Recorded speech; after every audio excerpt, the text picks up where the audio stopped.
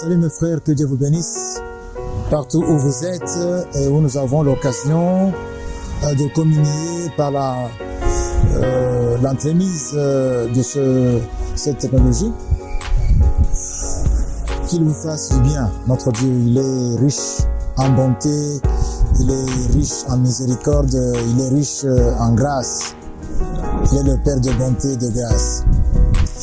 Mes amis, nous avons un des problèmes que nous avons dans l'Église, c'est qu'il y a très peu de gens qui servent Dieu effectivement. Très peu qui le servent comme il le veut.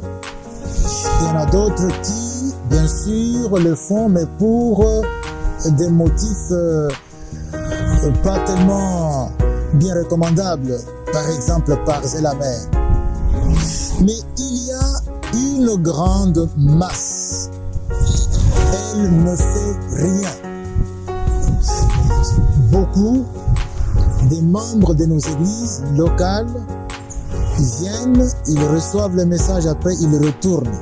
Lorsque vous avez maintenant besoin d'une opération comme l'évangélisation, une opération spirituelle quelconque, par exemple la veillée pour la prière, une opération qui nécessite la présence physique et même la présence des uns des autres pour participer avec les biens qu'ils ont, vous verrez qu'il y a peu de gens.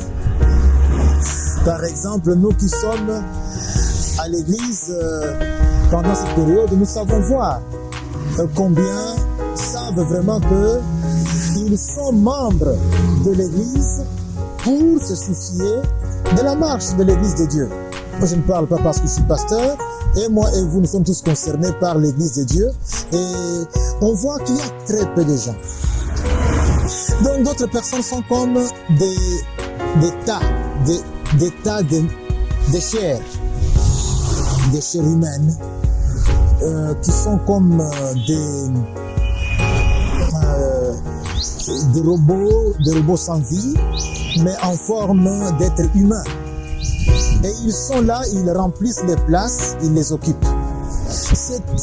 À cette catégorie de gens que je crois le Saint-Esprit s'intéresse ici dans le livre d'Ézéchiel, du prophète Ézéchiel, au chapitre 37.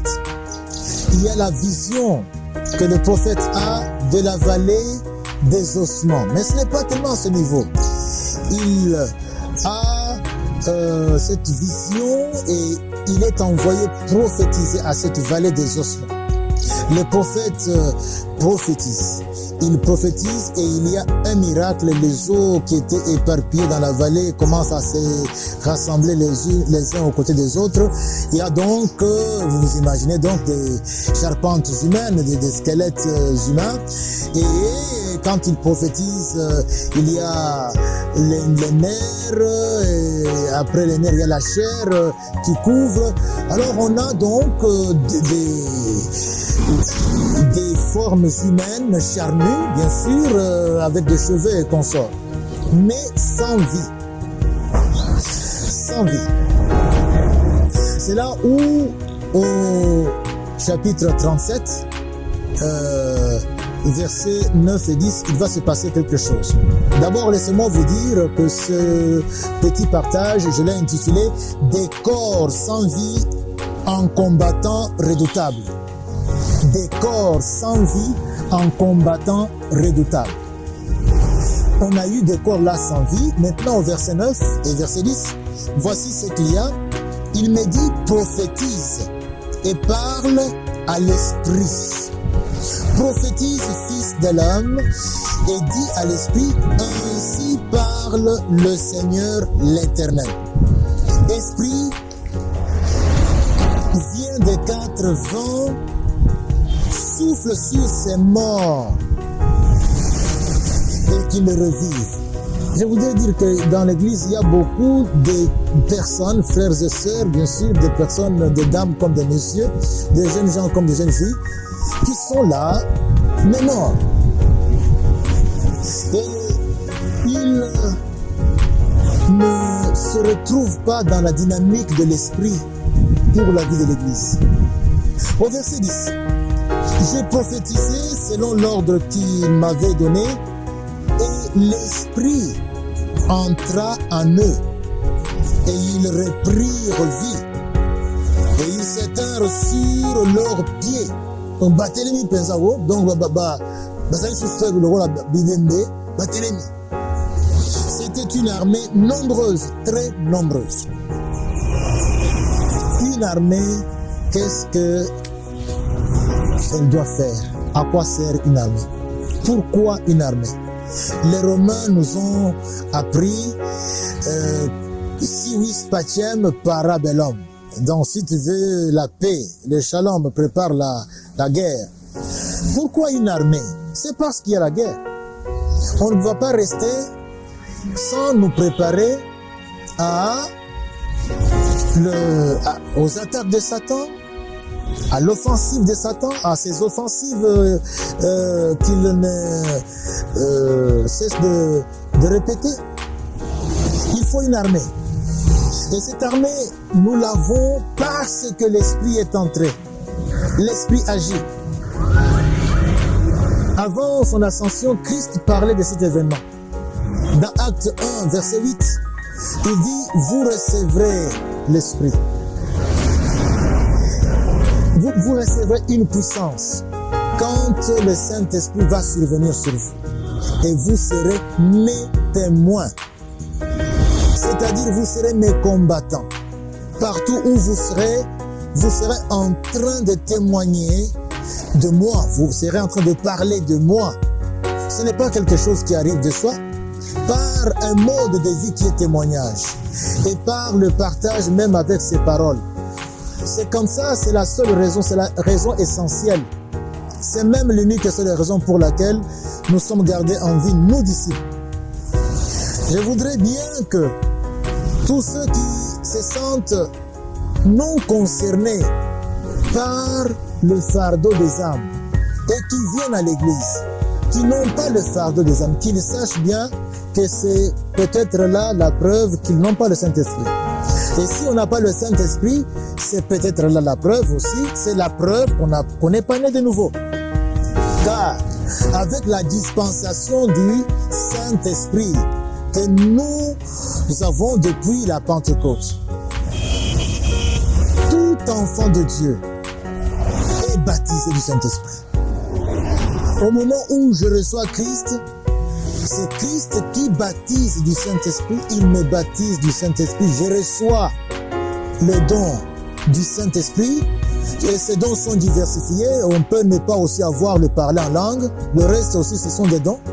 On ne doit pas tous avoir les mêmes dons. Comme les membres aussi ont des fonctions différentes et ont des affectations différentes dans un corps. Aussi, nous sommes les membres du corps de Christ, nous sommes affectés à des différentes responsabilités dans ce corps et c'est en fonction de ces affectations que nous avons les dons. Donc, on ne doit pas exiger d'un don donné à tout le monde. C'était une parenthèse que j'avais ouverte et que je ferme. Avec la dispensation de l'Esprit, nous avons également la plénitude du Saint-Esprit. Donc, le Saint-Esprit n'est pas venu ndambundam, bitem bitem, ayemo bimba. Ce qu'il attend de moi et de toi, c'est que nous le laissions nous guider dans tous les domaines, en commençant par les domaines les plus déconsidérés, parfois même le parler, les blagues, les choix de fréquentation, notre poche, notre sac. On laisse le Saint-Esprit nous conduire, nous convaincre du péché. On laisse le Saint-Esprit également nous montrer ce que nous devons faire, nous inspirer. Même la section ou la faculté que nous devons choisir à l'université, le Saint-Esprit est là également pour nous orienter, même dans le choix des conjoints, afin que nous sachions avec qui nous marier. Le Saint-Esprit est là pour nous montrer comment orienter, même à quelle église locale il faut que j'appartienne. Donc une armée ne peut être efficace que si elle est en connexion, en relation soutenue et suivie avec le commandant de l'armée. Et pour recevoir les directives, c'est comme ça que le commandant de l'armée Jésus-Christ donne ses directives au Saint-Esprit et le Saint-Esprit nous les donne. Jésus disait que le Saint-Esprit prendra ce qui est à moi et vous le donnera. Une fois devenu combattant, il nous faut suivre l'esprit de vie. C'est très important. Quand nous n'avions pas la vie, le Saint-Esprit nous a apporté la vie. La vie de Dieu qu'on appelle la vie éternelle. Nous la créerons à partir de cette terre. Si on n'a pas la vie éternelle, on n'entrera pas dans le domaine, dans la cité céleste. C'est avec la vie éternelle, la vie de Dieu, que nous allons servir Dieu, que nous allons faire face à l'ennemi terrible qui est Satan. C'est avec la vie de Dieu. Cette vie de Dieu est aussi une vie nouvelle. La vie nouvelle en ce sens que nos ambitions et nos projets d'autrefois, nous les sacrifions au profit des projets et des ambitions de Dieu pour nous. Où est-ce qu'on trouve ça?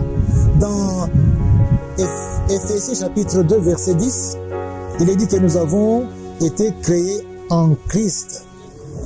Créés en Christ. Pourquoi? Pour des bonnes œuvres. Dieu n'a que du bien, n'a que de bonnes œuvres. Des bonnes œuvres que Dieu avait préparées pour nous. Quand ça? Avant le temps.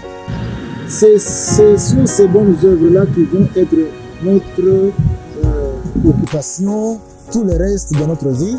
Et on va vivre pour cela, on va vivre en fonction de cela. C'est une vie nouvelle qui va avoir de nouvelles orientations, qui va nous amener à d'autres réalités pour lesquelles nous n'avions qu'une moindre idée. Vie nouvelle, mais aussi vie de victoire, vie de sanctification, parce que cette vie nous rapprochera chaque jour de Dieu. Ainsi, nous avons été, comme qui dirait, recréés pour servir avec efficacité. Avec efficacité. Et là, je vais finir par là, je vais juste cerner un aspect. Nous sommes aujourd'hui à l'ère de l'Internet. C'est une nouvelle donne que nous n'avions pas tous les siècles passés. Avec l'Internet, le monde est en train de s'organiser. Satan aussi. Satan occupe l'espace dans l'Internet, donc sur Internet. Vous avez des propositions que Satan a préparées soigneusement pour vous les livrer. Vous pouvez même être en train de suivre un quelconque programme et on vous balance une publicité démoniaque, une publicité tout à fait grossière. Ce sont des choses que Satan a préparées depuis longtemps. Les chrétiens, nous sommes nombreux qui sommes absents sur cet espace-là. Il est temps que nous occupions l'espace de l'Internet. Il est temps que nous nous servions aussi de cet outil pour que nous améliorions, pour que nous performions le service. Par exemple, il faut le reconnaître, moi je confesse, je suis le premier, et je n'ai eu recours à ce genre de technologie qu'avec l'état d'urgence. Auparavant, je ne touchais même pas ça, on n'avait pas... Donc c'est pour dire, nous sommes là nombreux qui ne savons même pas démarrer un ordinateur. Moi, je l'ai appris avec beaucoup de peine, mais ça m'aide maintenant beaucoup.